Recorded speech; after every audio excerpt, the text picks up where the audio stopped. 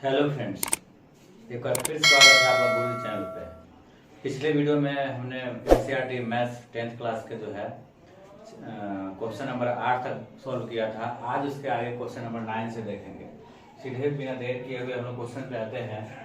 Question में क्या है, एक मीनार के पाद बिंदु से एक भवन के शिखर का उन्नयन कोण 30 डिग्री है और भवन के पाद बिंदु से मीनार के शिखर का उन्नयन कोण 60 डिग्री है।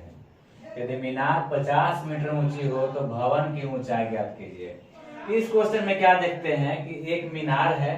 पहले एक मीनार मान लेते हैं, मानते हैं कि ये भी एक मीनार है और इस मीनार के पाद बिंदु से एक भवन, ये मानते हैं कि सीढ़ी एक जो है भवन है और मीनार के ये भी जो मीनार है इसके पाद बिंदु से भवन के शिखर का उन्नयन कोण जो है वो 30 डिग्री है। मान लीजिए जमीन है और ये मीनार के पाद बिंदु से भवन के शिखर का उन्नयन कोण 30 डिग्री है।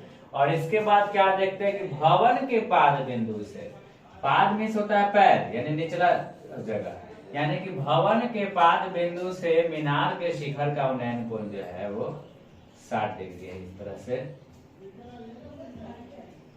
तो यदि मीनार की ऊंचाई 50 मीटर है, मीनार की ऊंचाई ये भी तो मीनार लिए है, यानी मीनार की ऊंचाई जो है 50 मीटर, यानी ये भी 50 मीटर हो गया।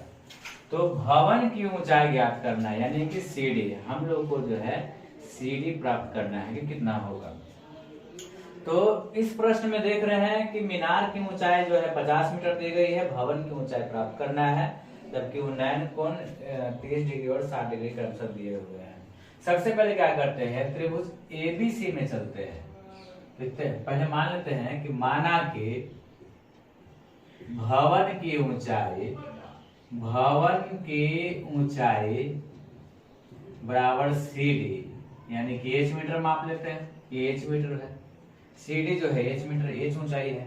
तो क्या पहले त्रिभुज एबीसी में चलते हैं, तो क्या प्राप्त होगा हमें।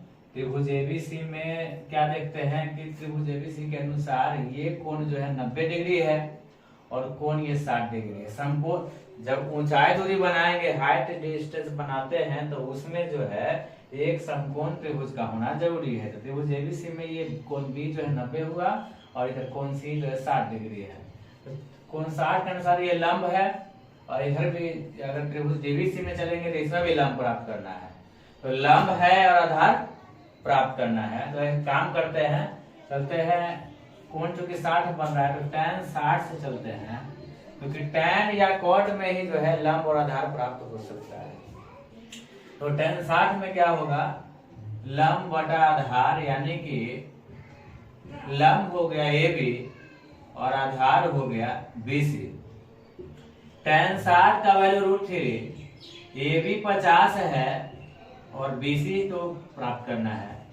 क्रॉस मल्टीप्लाई यदि किया जाए तो √3 को BC से √3 BC और 50 को 1 से 50, और यदि सिर्फ BC निकालेंगे तो 50 बटे √3, ये हुआ समीकरण 1। अब क्या करते हैं कि त्रिभुज DBC में चलते हैं ताकि जो है हमें ये ऊंचाई प्राप्त हो सके।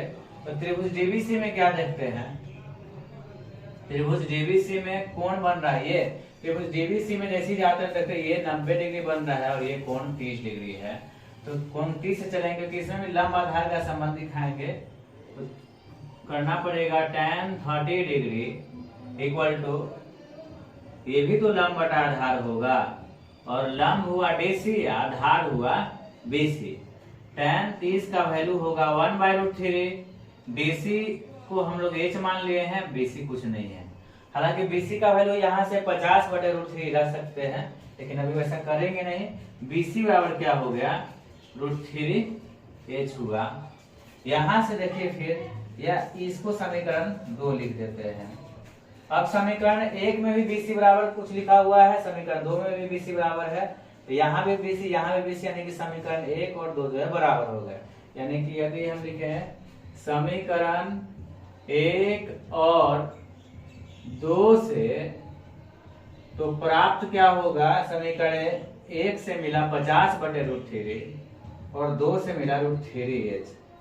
यदि तिरछा तिरछे गुना करें तो क्या होगा, √3 से √3 का गुना सिर्फ 3 और h, और इधर कुछ नहीं तो 1, तो 50 इकाई 50। इसका मतलब h का वैल्यू हुआ 50/3।